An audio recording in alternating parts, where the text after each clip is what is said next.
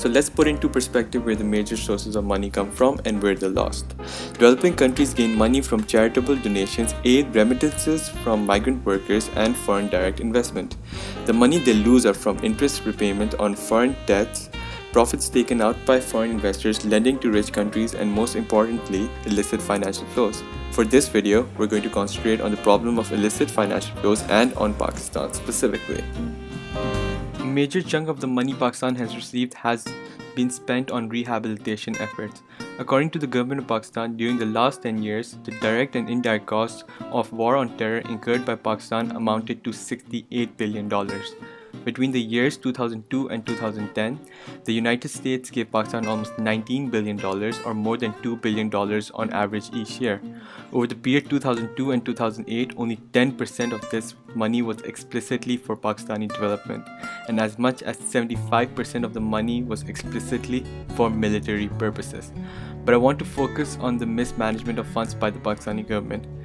Corruption in Pakistan is widespread, particularly in the government. In 2013, Pakistan scored 127 out of 175 on the Corruption Perception Index published by Transparency International.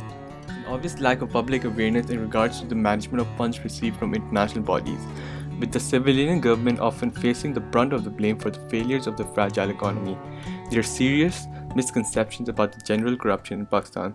The public perception of having a corruption-free military is not entirely true, and at the same time, although corruption exists within the government of Pakistan, most of the money it receives is not used in corrupt practices. Instead, a major portion of it is actually spent on servicing the loans that previous governments accumulated, and as frequently advertised by the government, a large sum is spent on the war on terror. This negative and somewhat unfair assessment of the government has created a deeply flawed image of the civilian government. From 2008, when Pakistan's last dictator Pervez Musharraf was forced into exile, the Pakistani media has become extremely empowered. This empowerment of the media has led to a rising culture amongst the general population of Pakistan to spend more time watching everyday news. The demand for primetime news has led to a growing list of news channels in Pakistan, each competing against one another to be the country's top news channel. This competitive environment has led to the most popular news channels to follow a very aggressive approach in reporting any stories of corruption. The issue here is that although the public is made aware of potentially unfair practices by any institution, many stories tend to be politically motivated. It suffices to say that there is a need of an independent, rational and unbiased body, which would inform the Pakistani public and clear any misunderstanding about the economical developments in the country.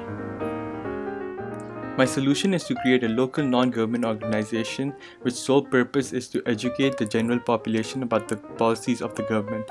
The NGO will provide unbiased and raw facts about any mismanagement of funds by the state, from development projects to security, and clear any misunderstandings of the public. The NGO will partner with Transparency International, with the latter being the source of information. The idea is that whenever something is not right, the NGO will aggressively inform the general public about any improper judgment or decisions by the different institutions in Pakistan.